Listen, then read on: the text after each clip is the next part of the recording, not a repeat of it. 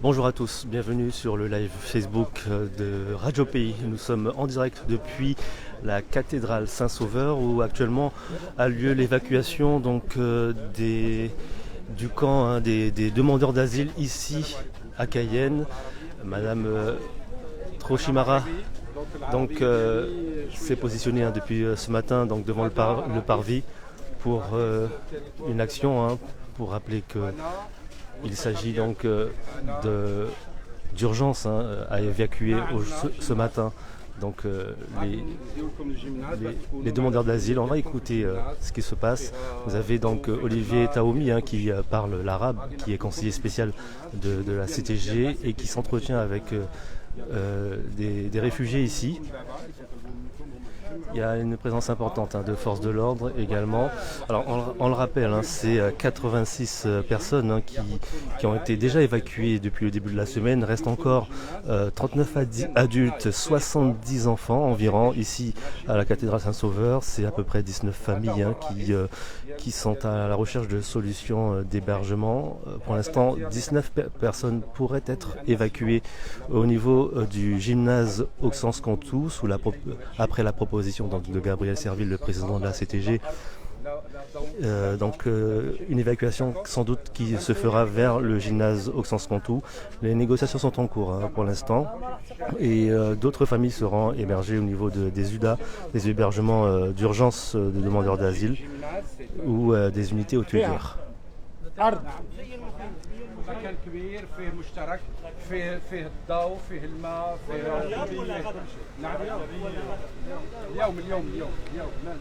On rappelle qu'il s'agit principalement de réfugiés demandeurs d'asile originaires de Syrie, mais également des Afghans présents ici sur le parvis de la cathédrale Saint-Sauveur.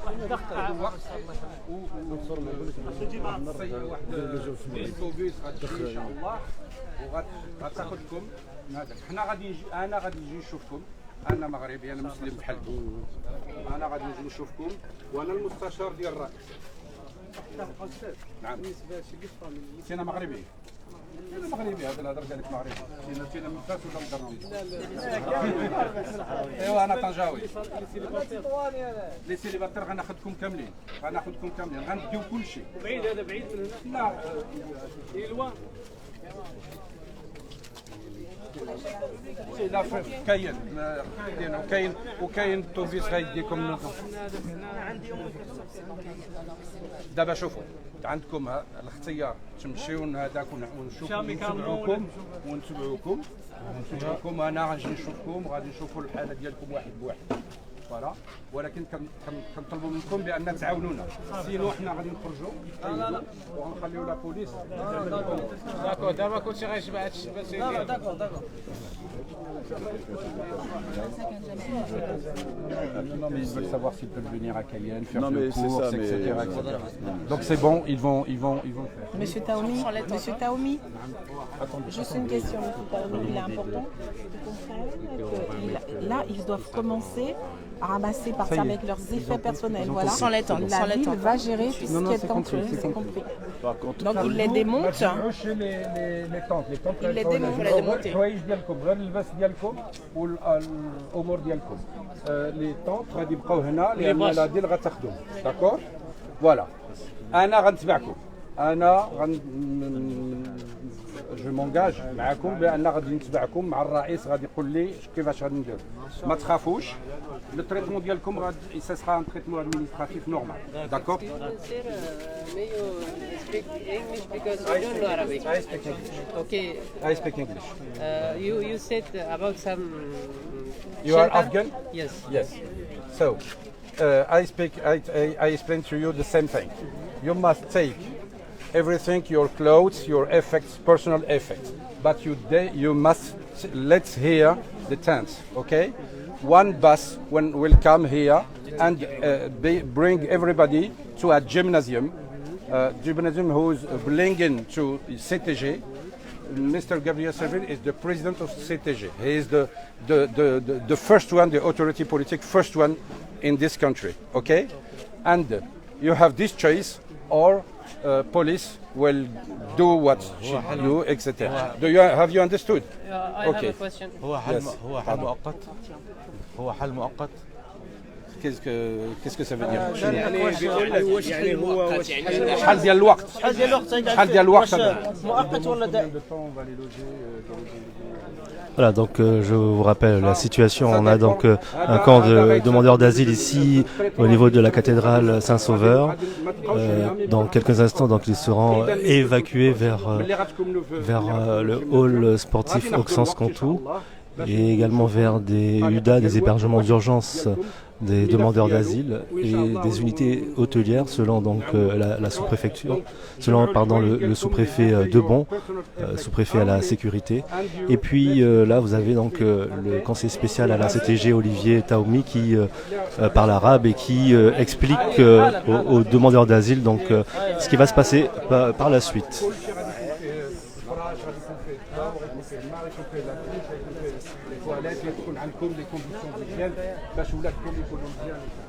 Sir, excuse me, it's temporary. Non, non. Sorry? The gymnasium, it is for a long time or shorter? The time was necessary, the administrative treatment of your problem. Okay? Yes, please do take your effect, please. شكرا. Merci. شكرا, c'est merci. شكرا. Voilà, on va essayer de poser quelques questions.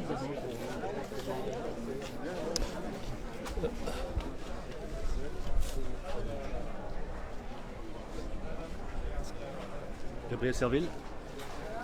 Voilà, nous sommes en direct sur Radio Pays. Alors Gabriel Serville, donc vous venez sur place à la rencontre donc de ces demandeurs d'asile pour observer la situation. Vous avez une proposition, celle d'héberger en urgence ces réfugiés, ces demandeurs d'asile au hall du collège Auxence Cantou. Comment ça se passe ? Je voudrais tout d'abord dire que c'est une situation qui est totalement inacceptable. Ça fait des mois, des années que Madame le maire se bat contre cette situation. Les services de l'État avaient fait une proposition qui, de toute évidence, n'est pas respectée, puisqu'il était prévu que lundi et mardi, ces personnes soient délogées pour être relogées dans des conditions qui soient humainement beaucoup plus acceptables. J'avais émis personnellement le vœu que les abords de la cathédrale Saint-Sauveur de Cayenne soient libérés parce que la CTG en est le propriétaire et qu'à l'approche des fêtes de fin d'année, des fêtes de Noël, on puisse faire un nettoyage pour que les fidèles puissent venir s'y recueillir dans des conditions acceptables par tous. M'étant rendu compte qu'on était en train de coincer parce que les services de l'État sont en capacité de reloger un certain nombre de ces familles, mais qu'il y a un grand nombre pour lesquels il n'y a pas de solution.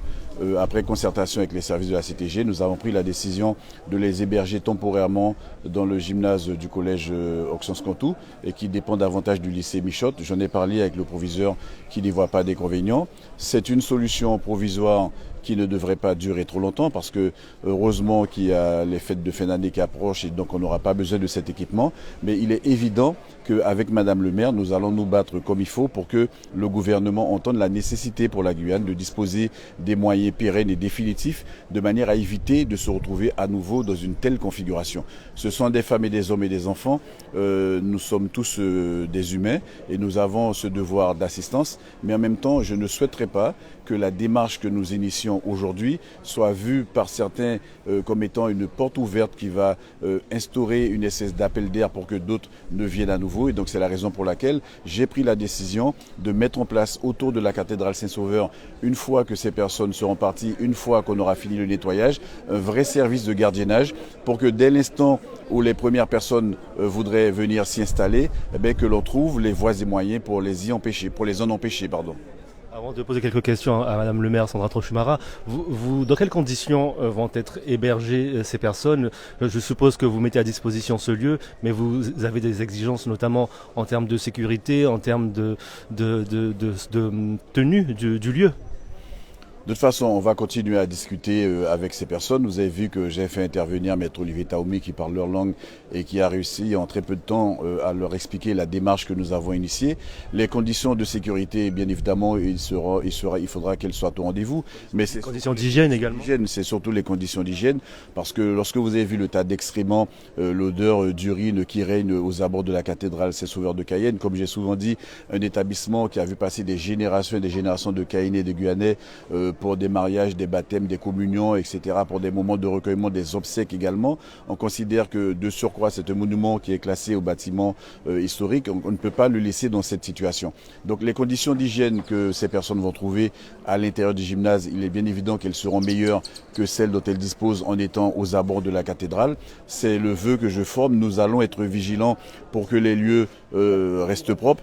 Et puis que les gens soient accueillis dans des conditions qui soient humainement plus dignes. Mais je répète encore une fois que le plus important pour nous, ça sera que nous prenions les dispositions pour qu'il n'y ait pas de turnover et qu'une fois ces gens-là partis, qu'il n'y ait pas de nouvelles personnes qui viennent s'installer autour de ce monument. Merci Gabriel Serville. Alors Sandra Trochimara, c'est une énième action de votre part, de votre équipe municipale, en vous rendant sur ces lieux où se positionnent donc les réfugiés, les demandeurs d'asile. Aujourd'hui, quelle est votre posture par rapport à cette situation, en rappelant le contexte dans lequel nous sommes actuellement avec des visites ministérielles? Vous savez, c'est pas évident aujourd'hui de m'exprimer parce que vous l'avez dit que c'est la énième fois.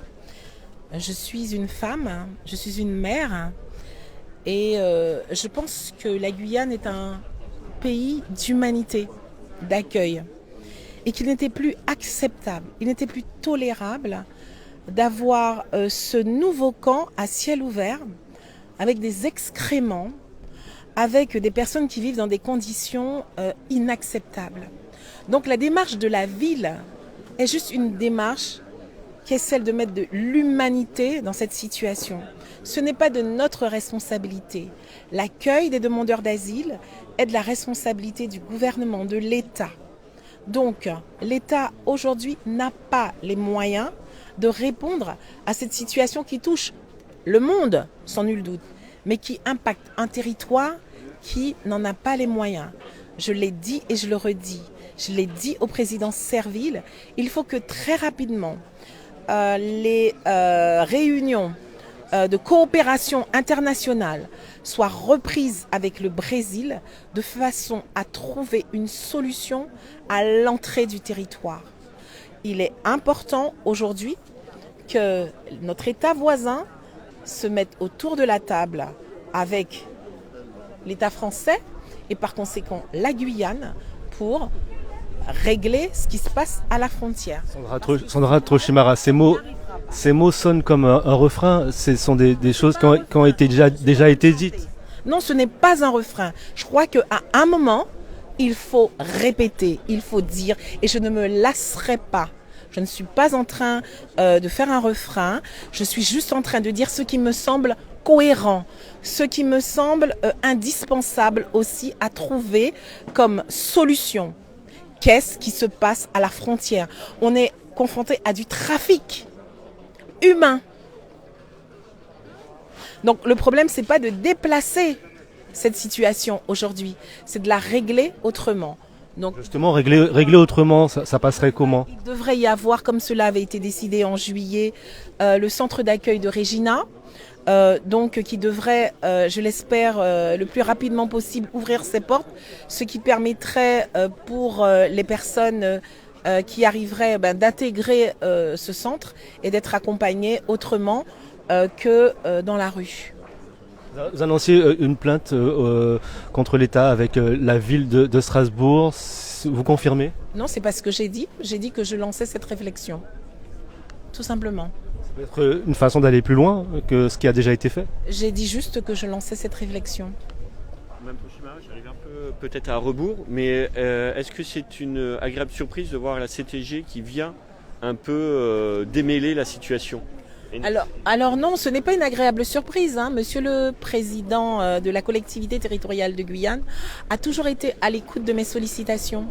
Donc le président met à dispositif des moyens pour suppléer justement à l'impossibilité aujourd'hui du gouvernement des services de l'État de répondre à cette situation.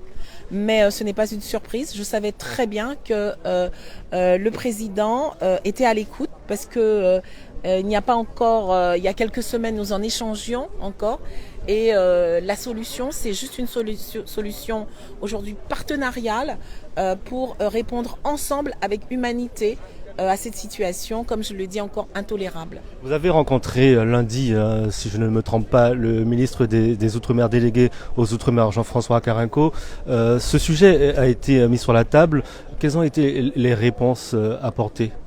Non, je l'ai rencontré donc vendredi à son arrivée. Nous avons eu après une séance de travail le samedi soir et l'objectif était que des réponses soient apportées lundi et mardi donc aux migrants installés autour de la cathédrale pour que ensuite CTG et Ville de Cayenne nous puissions donc mobiliser nos moyens respectifs pour donc nettoyer, je dirais, les alentours de la cathédrale. Nous sommes mercredi.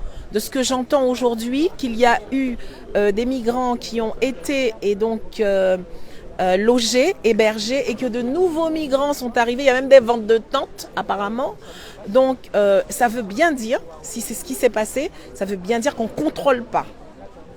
Il y a un système qui n'est pas contrôlé. Et aujourd'hui, il faut absolument que ce système de turnover où dès qu'une tente est vide, elle est revendue pour installer un autre migrant, soit réglé définitivement. Pour qu'on puisse bien comprendre ce qui s'est passé, c'est donc que lundi et mardi, il y a eu des évacuations et qu'entre-temps, il y a eu des nouvelles arrivées, c'est bien ça ? C'est bien ce que m'a dit les représentants de la préfecture. Il y a eu une évacuation partielle. Il n'y a pas eu de place pour tous les migrants.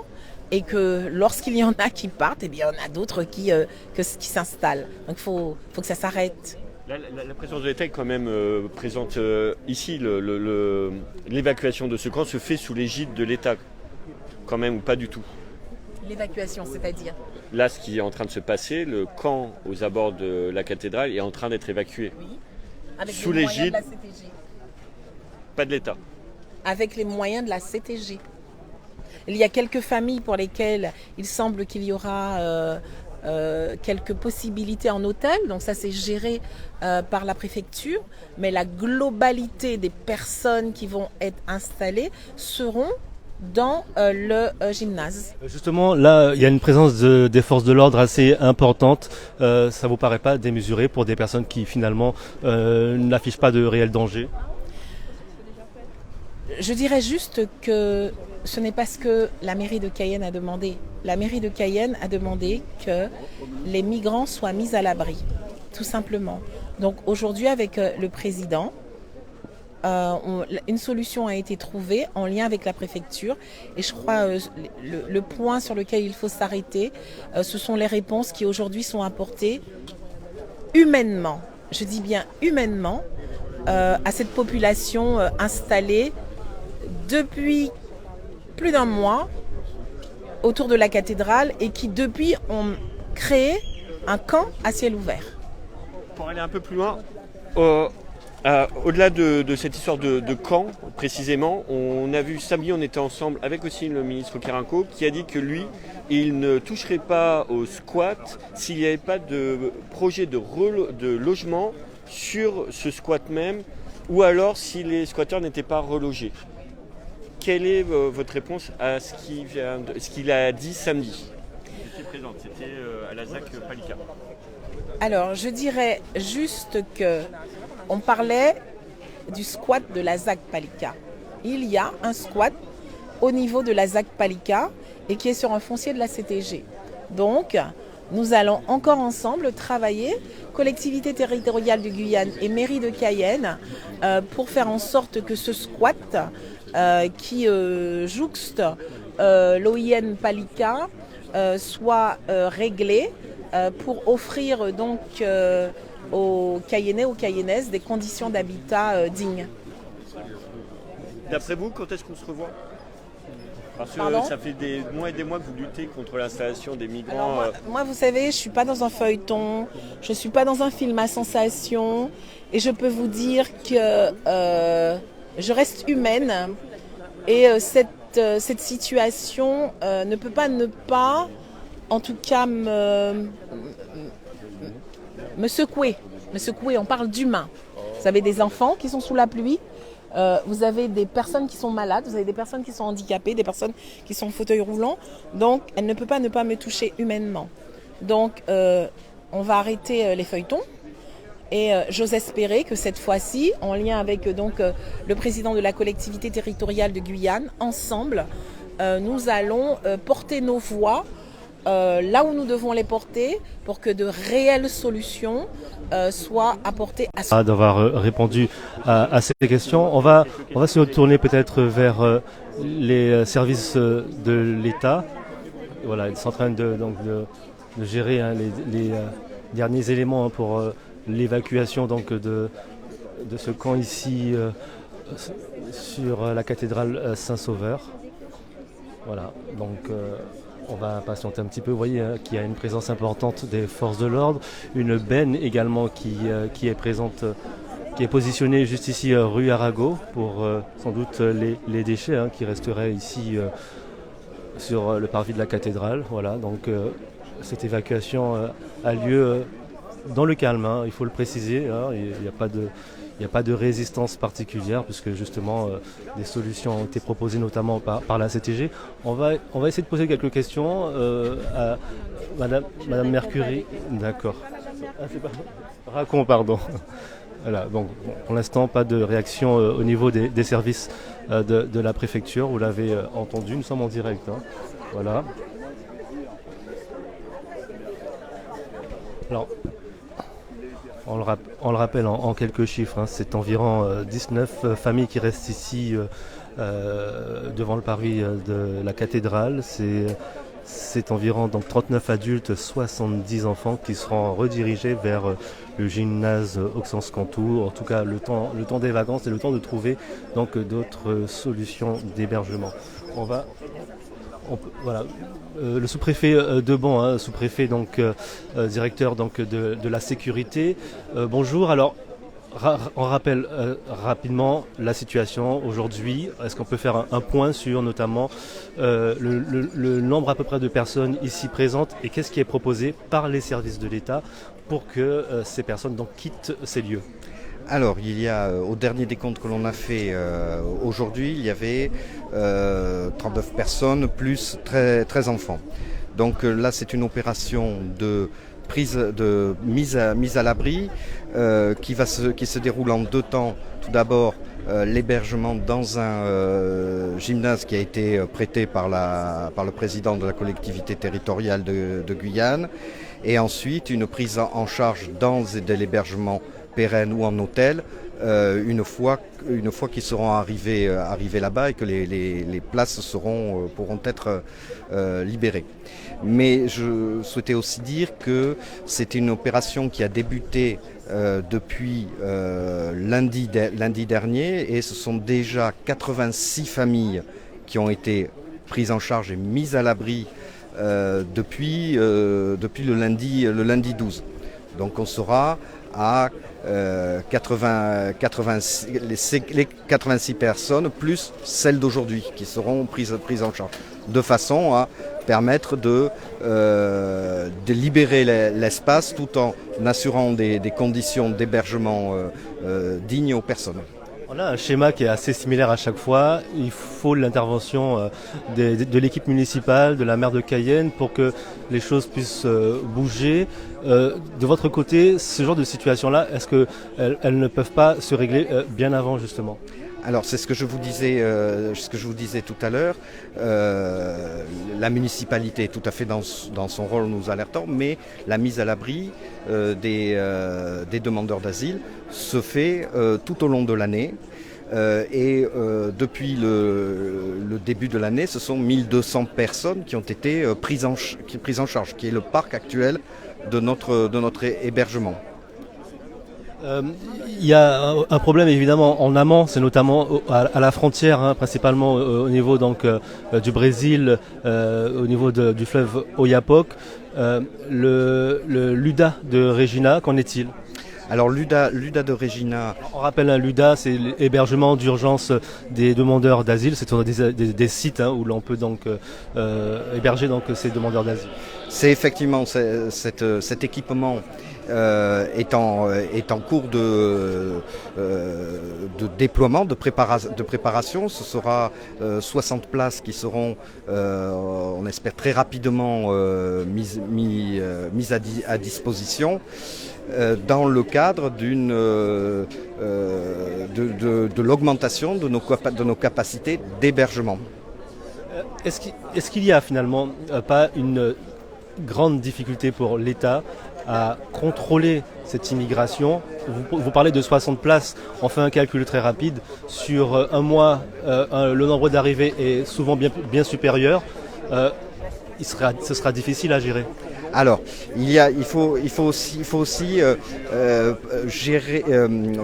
raisonner en flux. C'est-à-dire que ceux qui rentrent à un moment donné ont vocation à en sortir une fois qu'ils ont obtenu le droit d'asile. Je rappelle également que le droit d'asile est un droit garanti fondamentalement par la Constitution et par les conventions internationales et que la France, en application, se doit d'accueillir les personnes qui sollicitent la protection internationale auprès d'elles. Ensuite, il y a une instruction auprès d'un office et lorsque les personnes ont leur titre de réfugié politique, de bénéficiaire de la protection internationale, elles font l'objet de tous les dispositifs d'insertion pour ces étrangers. Mais visiblement, la France n'a pas les moyens ici en Guyane pour le faire, on le constate encore aujourd'hui. C'est pour cela que je vous dis que les capacités sont constamment réévaluées et qu'il y a un plan de développement, d'augmentation des capacités d'accueil des demandeurs d'asile. Merci monsieur le sous-préfet, je rappelle sous-préfet directeur de la sécurité ici en Guyane. Voilà ce qu'on pouvait dire sur cette évacuation qui a lieu en ce moment même ici à Cayenne sur le parvis de la cathédrale Saint-Sauveur de Cayenne.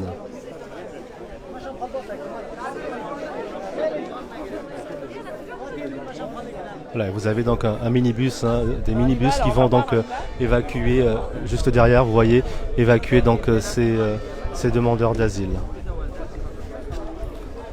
Voilà, merci de nous avoir suivis sur ce live Facebook et à bientôt.